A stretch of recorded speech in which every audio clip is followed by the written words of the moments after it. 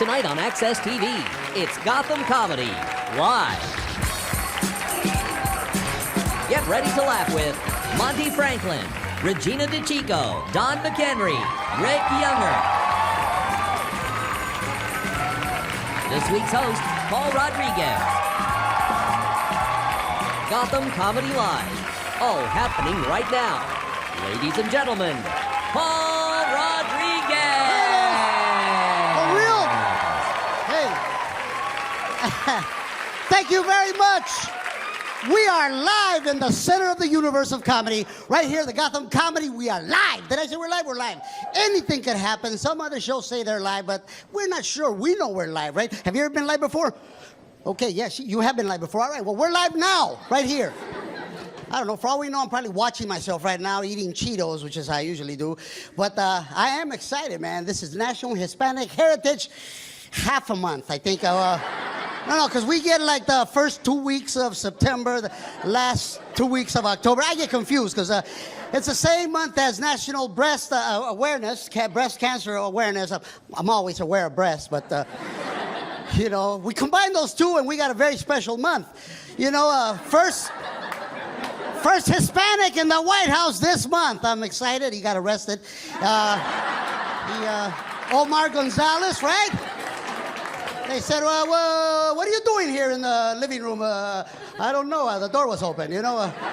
I'm the gardener. I got keys to every door. You know, I think President Obama ought to get a whole team. You know, the security, come on, security. They've been in trouble before. Remember when they went to Colombia and didn't pay a hooker $200, which is really cheap. You know, they're representing us. You know, you should have tipped, you know. You get anything from a Colombian, you better pay. Now, everybody knows that. Apparently security doesn't.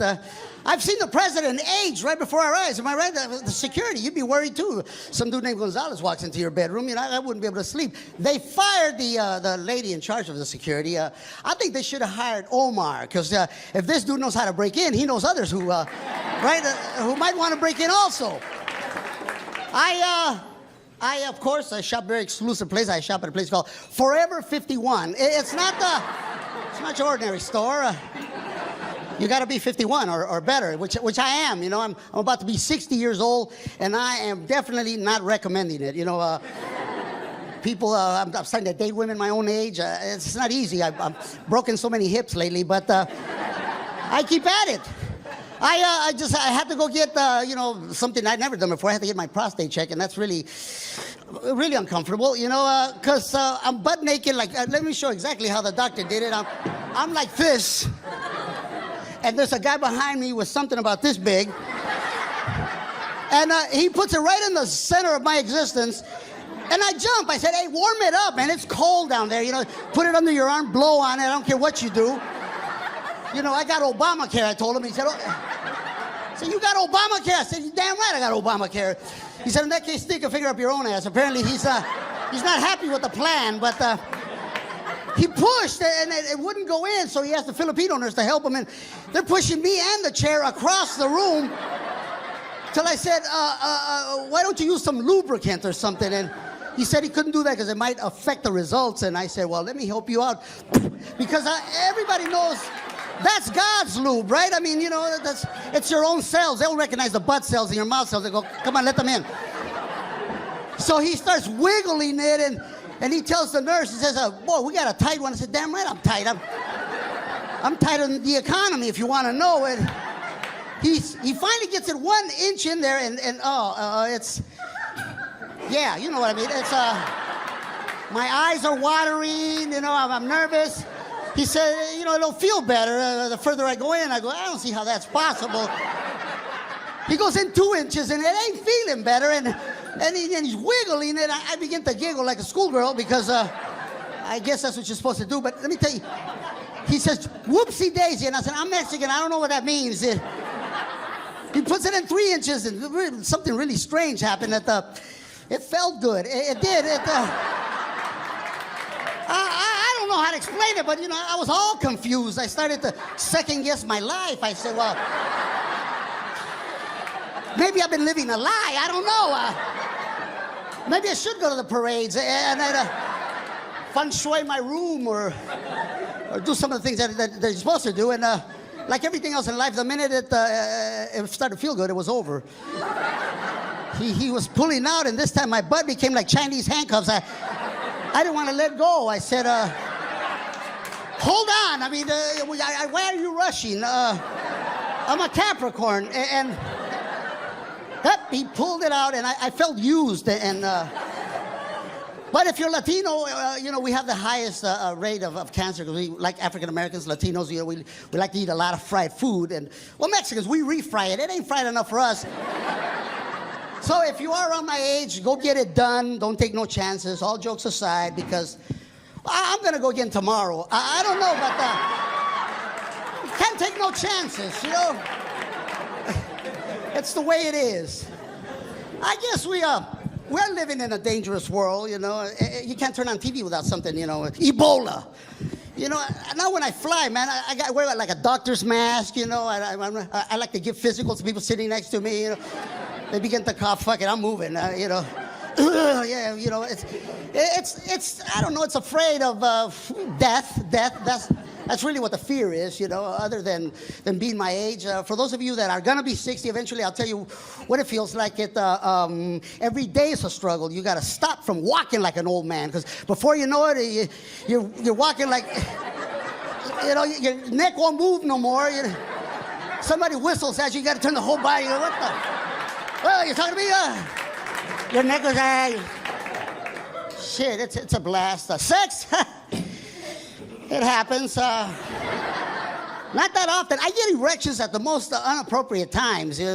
I'll be in church and this lady look at me and I go, what? I like the sermon. What's your problem? It was very inspiring. Now when I masturbate, all I think about is all the money I'm saving because it's expensive. Am I right, fellas? I'm going, oh, that's $300 right there. With the economy and all. I am excited to be here in Gotham, the center of the comedic universe.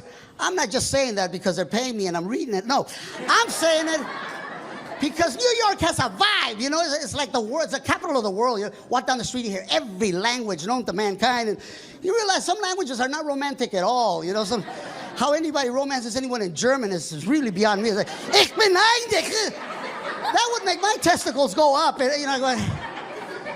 I like to watch like Asian, Japanese, such a strong language. And I'm going, what the hell is that, And the women are so feminine, so docile.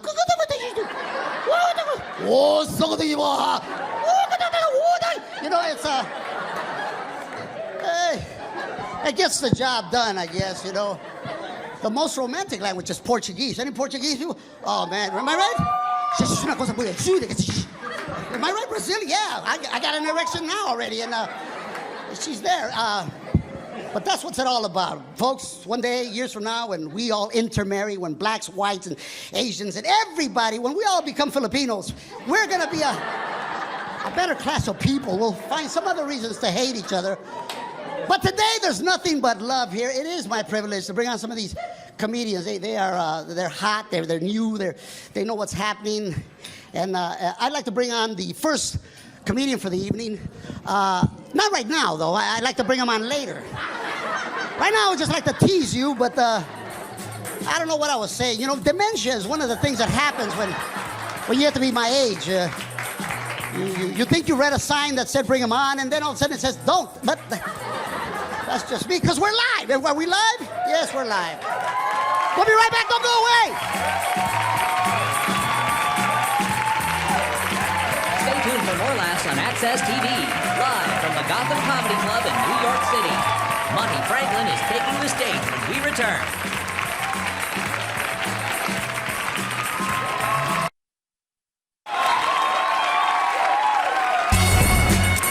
Welcome back to the Access TV presentation of Gotham Comedy Live. More laughs happening right now. All right. You are the best, and you deserve the best, and we have to go far to find this man. He comes from down under, from Australia with love. Here he is. You've seen him on many shows. Please, Rob Schneider TV show. You might remember him. Please welcome Mr. I was going to say Rob Schneider. Please welcome Mr. Monty Franklin, ladies and gentlemen.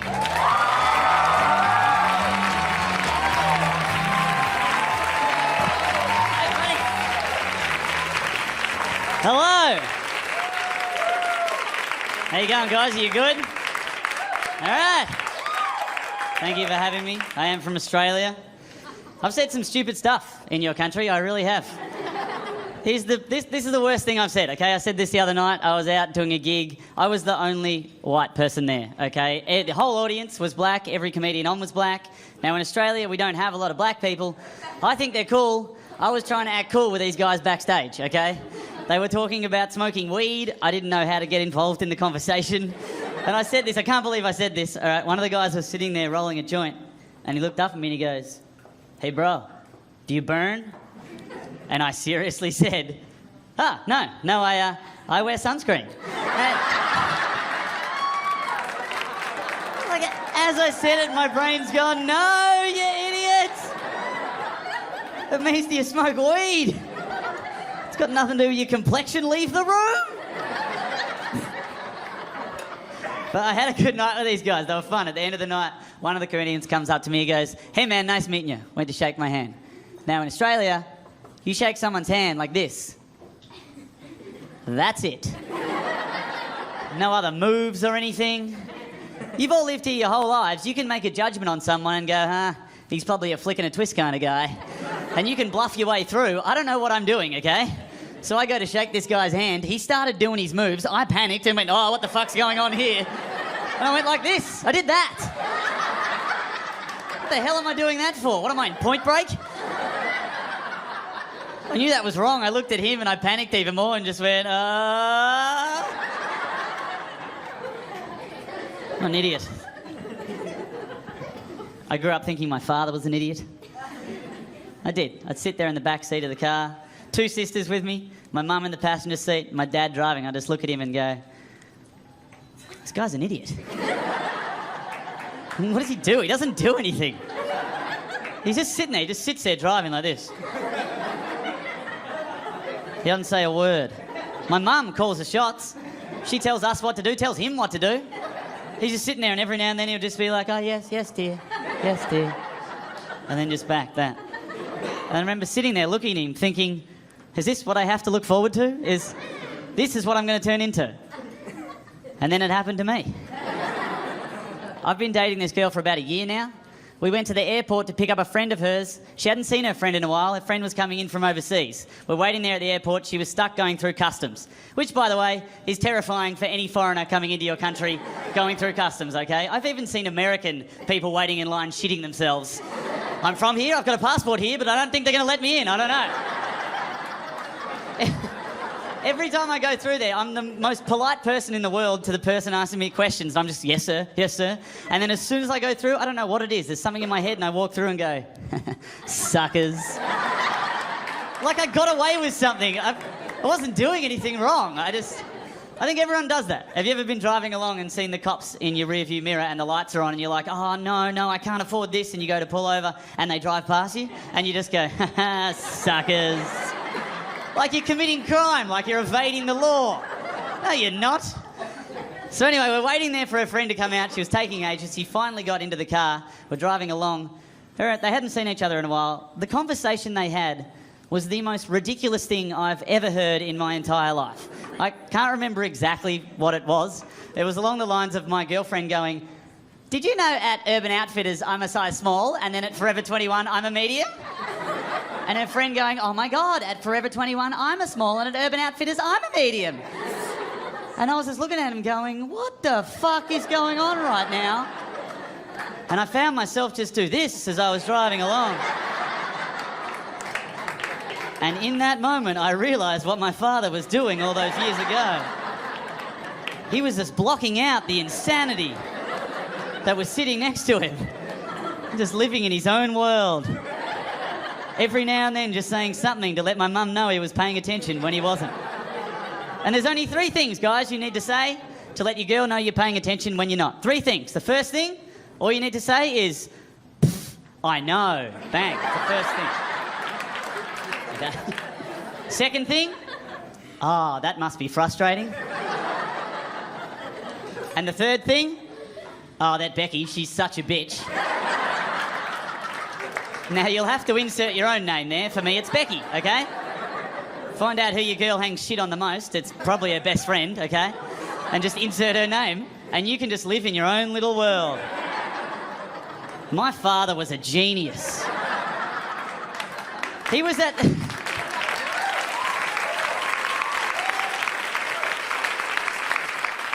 He had this at such a high ninja level. I am not there yet. Not there. I have much to learn. He wouldn't even listen to a thing my mum said. He would just wait for trigger words. And a very good trigger word, guys, if your girl ever says, right, just straight away. Pff, I know. Bang. Squashed. And just in your own little world. And you know what we're thinking when we're in that little world, girls? Suckers. Thank you.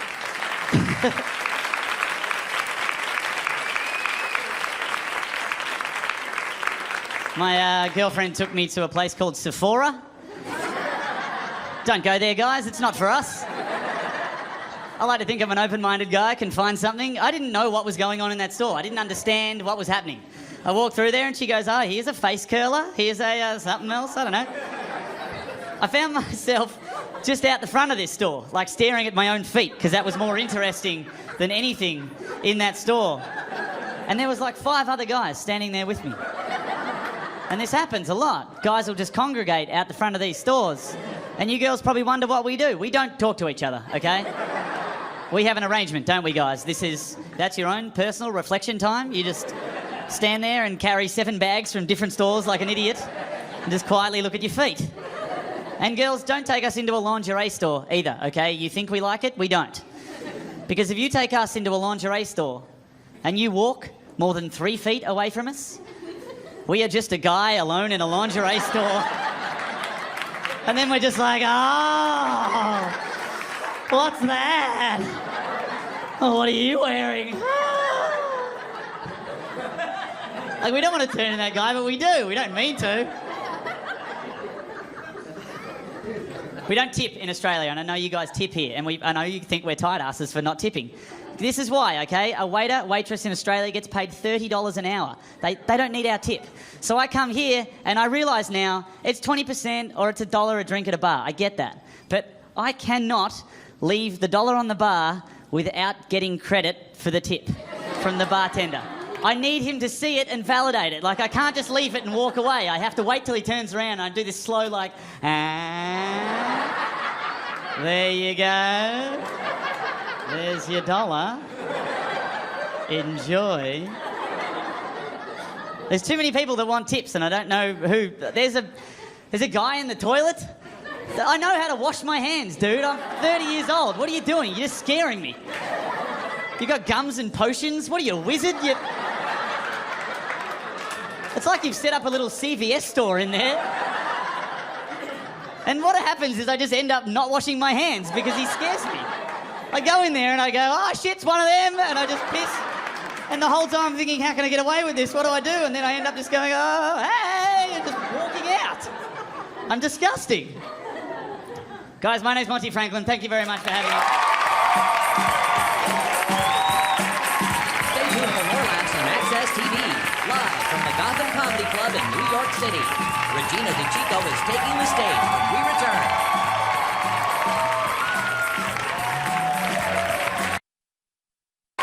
Welcome back to the Access TV presentation of Gotham Comedy Live. More laughs right now. Yes, we are. All right, it's time now to have a lady, a feminine, a woman, right? What do you say, ladies? Here she is representing. This is her live TV debut, so be gentle. Her name is Regina DeChico.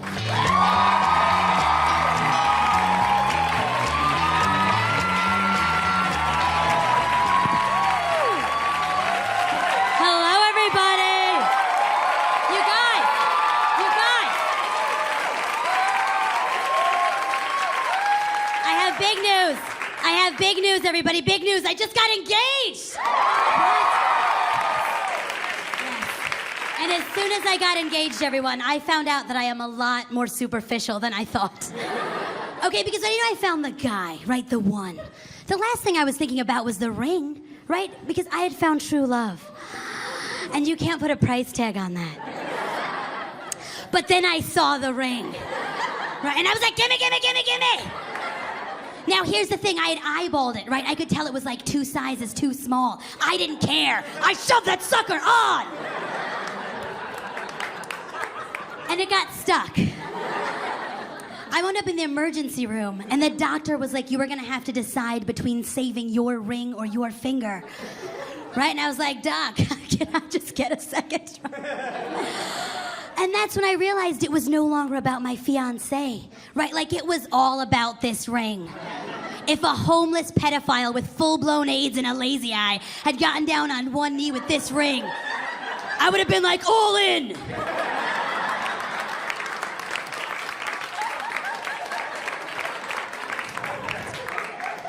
You guys may have noticed by now it sounds like my voice fell down the stairs. Yeah, I'm well aware, but you know who's not, you guys? 70-year-old ladies, right? I know, I just did a benefit for them, not one laugh. Then I heard them talking in the front row. Her voice doesn't sound odd to me, Agatha. Me neither. Right, you guys, it took them a lifetime of smoking to sound that way, right? People always think I smoke, but I'm young. I would have had to have been smoking on the playground. Is this line for the slide ever gonna move?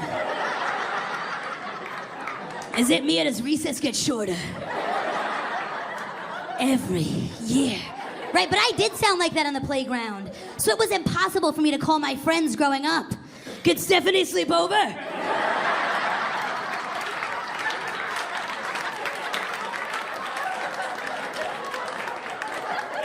Who is this? Regina from class. You sick fuck. Tell Steph to pack up her PJs and meet me on the playground. I'll kill you, you pervert. Right, awful, you guys, awful. Oh man, so I always struggle with my weight, you guys, right? But if I want to know how I'm doing, I don't like to go by the scales, right? I don't like to go by how my clothes fit. I like to go by the reaction of my Jamaican doorman.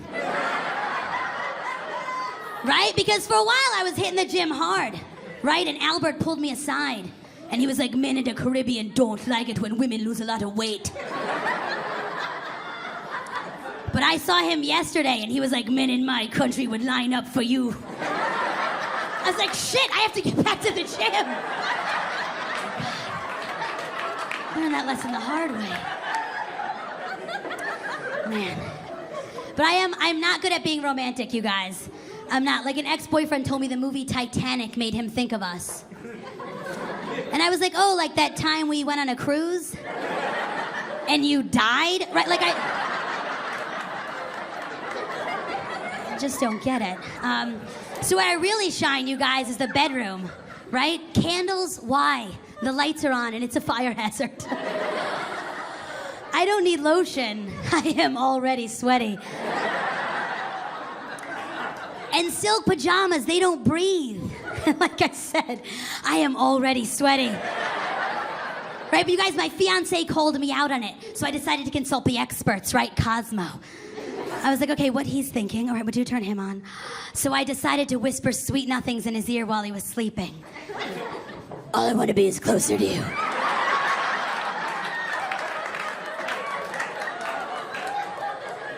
Your eyes sparkle brighter than the stars.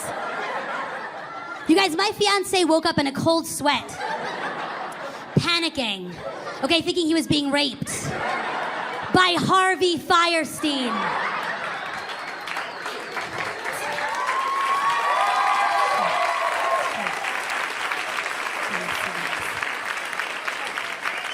I mean, so I live on the Upper West Side, you guys. I don't know if you're familiar with the Upper West Side. It's full of nannies and babies, right? Not moms and babies, nannies and babies, right? So it's a beautiful day today, right? I was on the Upper West Side. I saw this nanny pushing a stroller. And while she was pushing a stroller, she was doing a scratch-off ticket. And all I wanted was for that nanny to get 3 pots of gold and be like, fuck you, baby!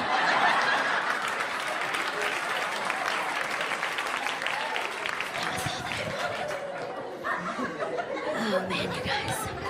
So my roommate just broke up with her boyfriend of 2 years, and now she's in that post-relationship whore phase. So every night she's bringing home a different guy that she met at the gym. So in order to keep track, I started swiping them in.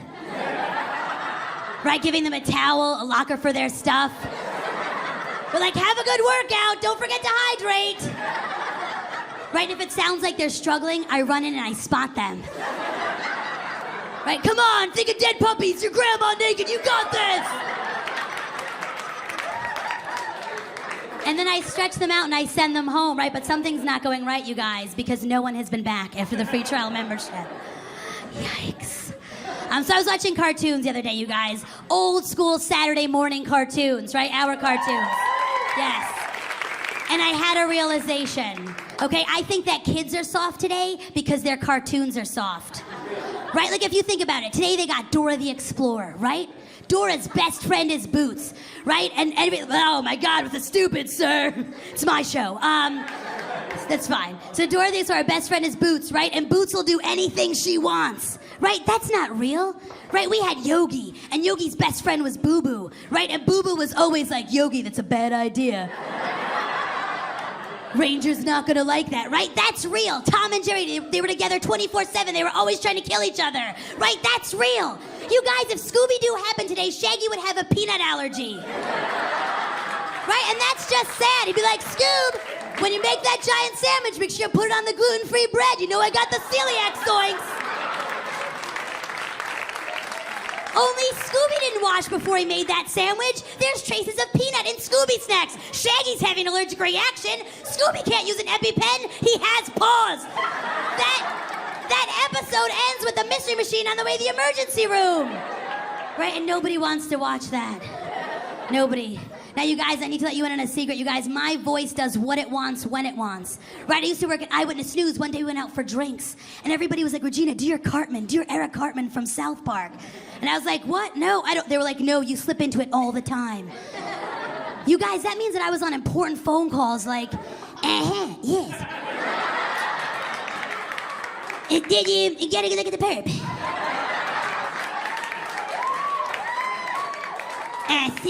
6'2", 200 pounds. Black, not so bad. Were there any cheesy poofs at the scene of the crime? Okay, if you have any information, call 1-800-SUCK my balls. I'm Regina Chico, you guys. Thanks so much.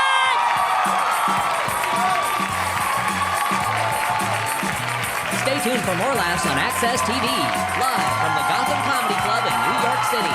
Don McHenry is taking the stage when we return.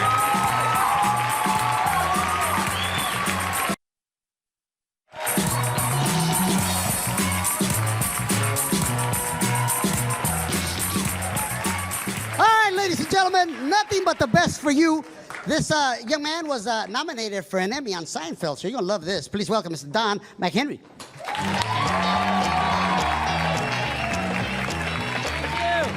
Thank you, ladies and gentlemen. Thank you very much.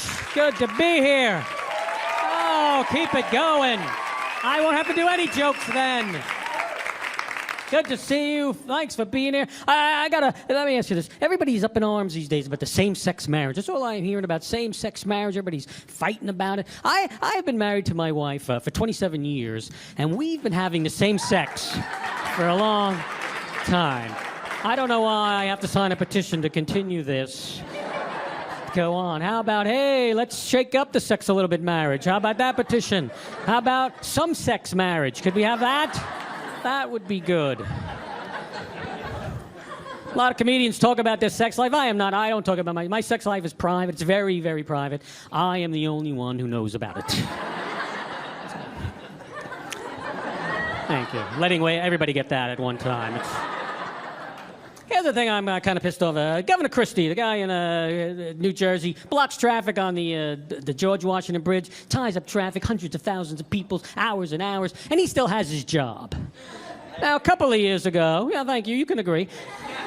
He agrees. I don't care what you do, as long as he agrees. That's why I'm in the business, ladies and gentlemen. But on the other hand, Eliot Spitzer was the governor of New York, and he had to resign because he was caught with a hooker. They're not equal. Personally, I've never been with a hooker. Professionally, yes. But I don't think that this guy should have to resign. The thing about Elliot Spitzer, this did get to me. The hooker he had was $28,000 for one night. $28,000 for one night. That's like a sin. That man could have had 28 fantastic hookers for that much money. $1,000 a pop, I'm sure, is a pretty good hooker. He could have celebrated the month of February. The hooker a night. And every 4 years, he's got to pony up for another one. That's... You read about these two women who were kicked off the Southwest flight. Southwest kicked two women off the plane because they were kissing. That's all they were doing. They were kissing before the plane left. They kicked them off. They said that is inappropriate behavior. That's what they said, inappropriate behavior. I think those women should sue. I'll tell you this, if I were on an airplane and I saw two women making out, I'd have been the one kicked off for inappropriate behavior.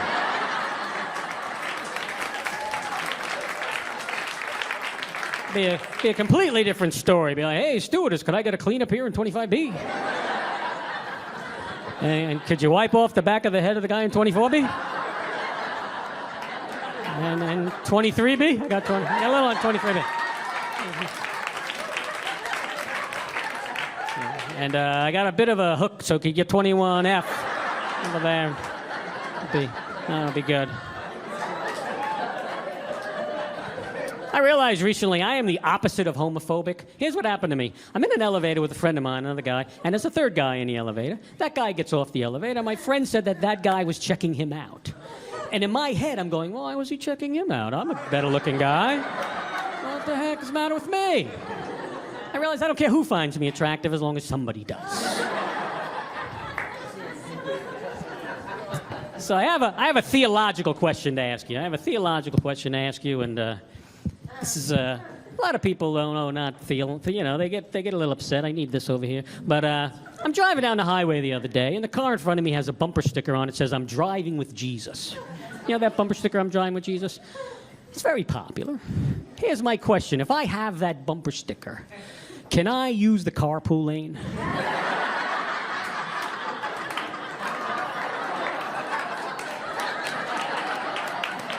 I don't know either. I don't know the answer. I think it's worth a try. Because even if you get pulled over, you just roll down the window and go, hey, officer, have you met our Lord? What's in the bottle? Well, it was water.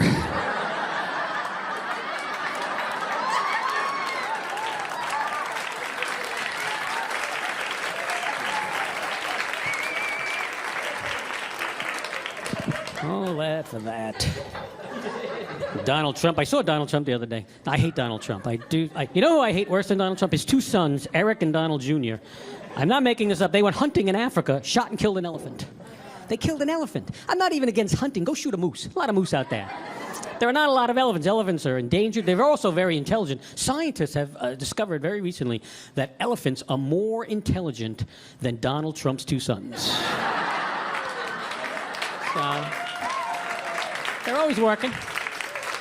I'm surprised more people don't know. They had one little press conference and it never came up again. Donald defended his sons. He goes, they've been hunting since they were children. And I looked it up. They went hunting, and the first time they went hunting, they were 8 and 10 years old. On their first hunting trip, they killed a badger and they skinned it, and they gave that to Donald, and he's been wearing it on his head ever since.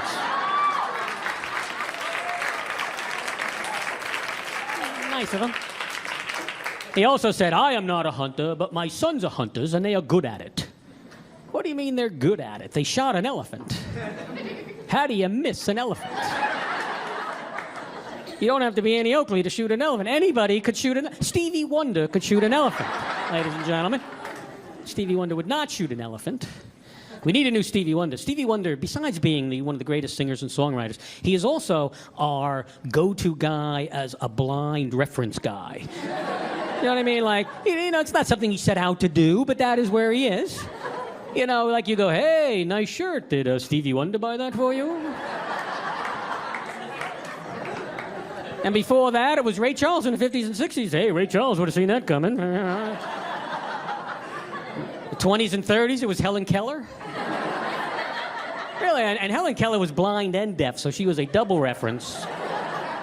She would, you could use her twice. Hey, you go in a noisy room. Helen Keller said, could you keep it down in here? And did she buy you that shirt? That's why we need a new person. Stevie's like 60-something years old now. He ain't going to live forever. We need somebody who is your kids and your grandkids going to use as a reference. I got to figure it out. We poke out Justin Bieber's eyes.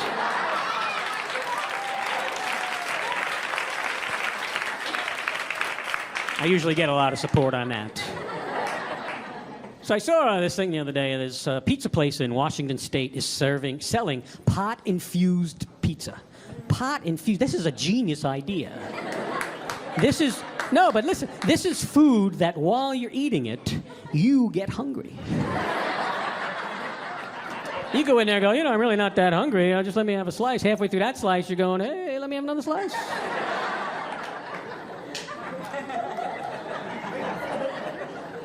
I saw these scientists on CNN the other day. They're studying marijuana. They're doing a 5-year study of pot, find out whether is pot addictive or not. That's what they want to know. Is pot addictive? I could save them a lot of time. Ladies and gentlemen, I have smoked pot every single day, morning, noon, and night, for the past 30 years. Okay. And I'm not addicted.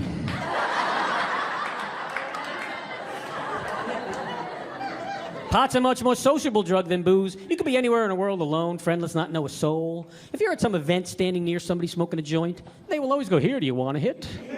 And I will say, yes, that's why I'm standing near you. You can't do that with booze. You can't walk up to a stranger at a bar and go, hey, can I get a sip? You guys are terrific. My name's Donald McHenry. Thanks, folks. Stay tuned for more laughs on Access TV, live from the Gotham Comedy Club in New York City. Rick Younger is taking the stage when we return.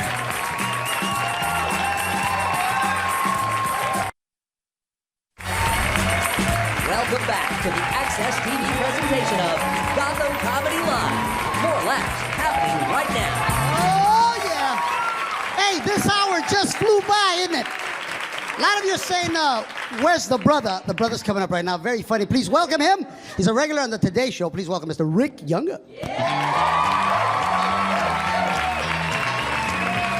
Oh, thank you. I feel the love, everybody. Thank you so much.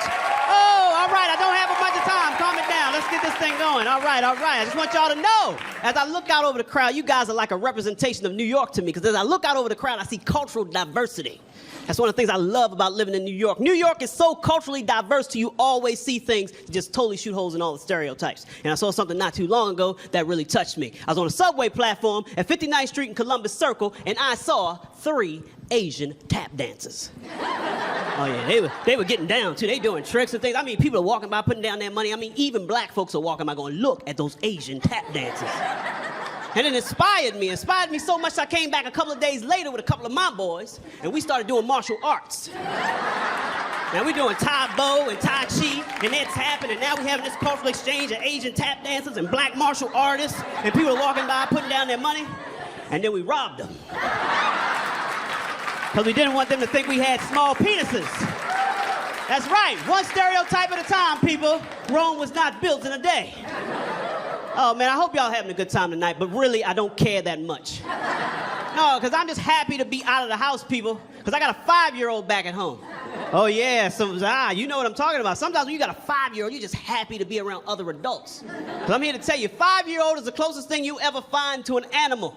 Yeah, because they're primal at that age, and my son, all his energy, all his emotions right there on the edge, and he's just like constantly like, I'm like, I think he's putting in that last-ditch effort fighting against being domesticated. No, what it really is he's still dealing with the terrible twos. And I know what y'all are saying. Rick, you told us he's 5 years old. What do you mean he's still dealing with the terrible twos? See, people think terrible twos starts on the 2nd birthday, ends on the 3rd birthday. No. Terrible twos starts sometime during the year your child turns 2, and I think it ends around like 18 when they move out of your house. Yeah, and you can't beat kids these days. You know that you can't beat kids. Yeah, people always look at me like I'm evil when I say, oh, he's an evil man. He wants to beat kids. You damn right I want to beat kids. Everybody who has kids wants to beat kids. You may never beat your kid, but you want to beat your kid. I mean, who doesn't want to beat kids? I mean, it's an easy win. Who doesn't want to fight somebody they know they can win against? And my wife had to explain it to me. See, my wife is white. She explained it to me. She said, Ricky, see, what you don't understand is that when white people, when we hear beat, we think of a different level of ass whipping. See, black folks, we use beat to cover everything. All forms of corporal punishment is just beat. Yeah, see, people hear me say beat, they think I want to punch my son in the face. Well, I do want to punch my son in the face. But I would never punch my son in the face. But you got to realize that your kid will do things that if an actual adult had done the same exact thing, you'd have to fight them. I'll give you a perfect example. A couple of years ago, when my son was still dealing with the whole potty training thing, he's sitting in the living room watching his favorite TV show, Yo Gabba Gabba. He's all in, he's focused, he's watching Yo Gabba Gabba. But halfway through Yo Gabba Gabba, he starts leaning to the side like, oh, what is going on Yo Gabba Gabba? He is pooping his pants. But now all of a sudden he doesn't want to poop on him, so he gets up in the middle of my living room, starts to pull down his diaper, pull up whatever the hell he had on at the time, starts to pull it off and just drops a huge hunk of shit in the middle of my white rug. Now I got to explain to him that he can drop a huge hunk of shit in the middle of my white rug, but I can't hit him and I can't say the word shit. I'm like, why did you poop on my rug? You do not poop. Don't you ever poop on my rug. Oh, I wish this was the 70s. I wish this was the 70s.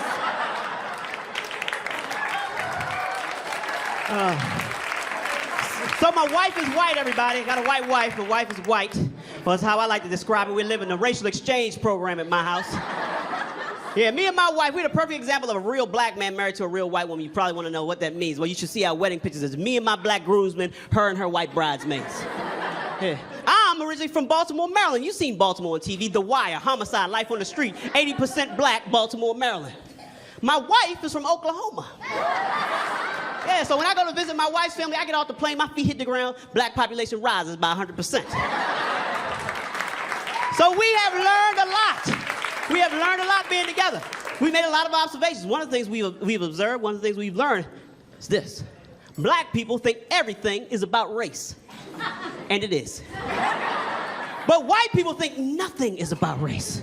Oh, and it's so frustrating. I had to explain to my wife, look, baby, I've been black long enough. You got to trust my black spidey senses.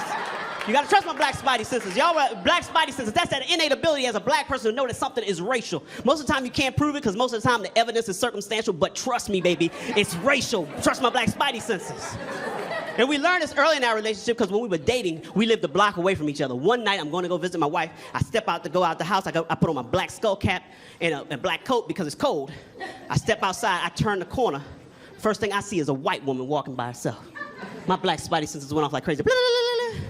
I got so afraid, so I started to pray. I'm like, dear God, please do not let this white woman turn around and see me. But to show you that God has a sense of humor, at that very moment she turns around, her eyes get huge. And she starts to do that run-walk thing, you know? It's like, it's not running, but it really is running. But it doesn't qualify as running because she's abiding by the Olympic rule where as long as one foot stays on the ground at all times, it's not running. So she's moving. And I'm like, dear God, please do not let me catch up with this white woman. But I was taller than her, you know? So I'm, you know, and it's like she's moving as fast as she can, and I'm gaining on her. It's like she was living her worst black zombie apocalypse nightmare. She's moving like this, and I'm just like, she got so afraid till she ran up into the doorway of a building she obviously did not live in. I could see her down there like, oh God, please don't let me in. Oh my God. Oh. It took all within me not just go to her and say, hey lady, I'm going to go see a white woman, it's just not you. So I get to my wife's apartment, and she's like, Ricky, what happened? I was like, baby, I can't believe this. On the way over here, I just scared the hell out of a white woman with my mere black existence. She's like, Ricky, I don't know if that was racial. You know, because I'm a woman, and I go out at night, and I see a man, I don't care if he's black or white. You know, I get afraid. I'm like, yeah, but she was running down the street going, please don't kill me, nigga, please don't kill me. I think it was racial. But I understand the fear. I understand where the fear comes from, because if you watch television and film, you get the idea. You watch media, you get the idea that black men are menaces to society. I know it's true because there is a movie called Menace to Society with black men in it being menaces to society, so I understand the fear. But you gotta understand that black people, we watch those same movies. So when I'm walking down the street and I see a black guy, I'm just as scared as you are. Except I gotta act like I'm not scared. I see a black guy walking towards me, I'm like, oh man, this nigga gonna rob me. He sees me walking like, oh man, this nigga gonna rob me. And we walking towards each other. Both of us wanna cross the street, but we can't because we know whoever crosses the street now has to get robbed by the other guy, because that's the rule. So we keep walking and we finally, like, just almost like two dogs circling each other till we get up to each other, and we finally get up the nerve and we just give the head nod, and we fart. And we farted because we almost shat our pants. But since the robbery didn't go down, that was our ass giving a sigh of relief. I want to thank y'all for allowing me to take y'all on that racial safari. But hey, I ain't got that much time, so I just want to say I'm going to leave y'all with what I like to call Rick Younger's words of wisdom. I'm Rick Younger, in case y'all wondering, who the hell is Rick Younger? And why should we listen to his words? So listen up. Word of wisdom number 1, people, remember, a penny saved is a penny earned, unless you stole it. So don't steal. See, y'all are good people because, you know, sometimes I play rough crowds. I always have one guy in the back who's like, Rick, robbing people is hard work. You know. Word of wisdom number 2, people, remember, one monkey don't stop no show. Unless, of course, it's a one monkey show with no monkey understudy. And finally, my last word of wisdom goes out to the ladies. Ladies, remember, a good man is hard to find. Especially when he's hiding from you. My name is Rick Younger. You've been beautiful. Good night. Stay tuned for more laughs on Access TV, live from the Gotham Comedy Club in New York City.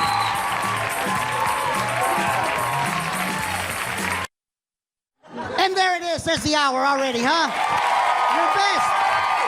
Please help me. Please help me welcome the comics tonight. Let's hear it. Come on in here. There they are. Marty Franklin. Here she is, Regina DeChico, Don McHenry, and of course, Rick Younger. We are the United Nations. Thank you very much. Yeah.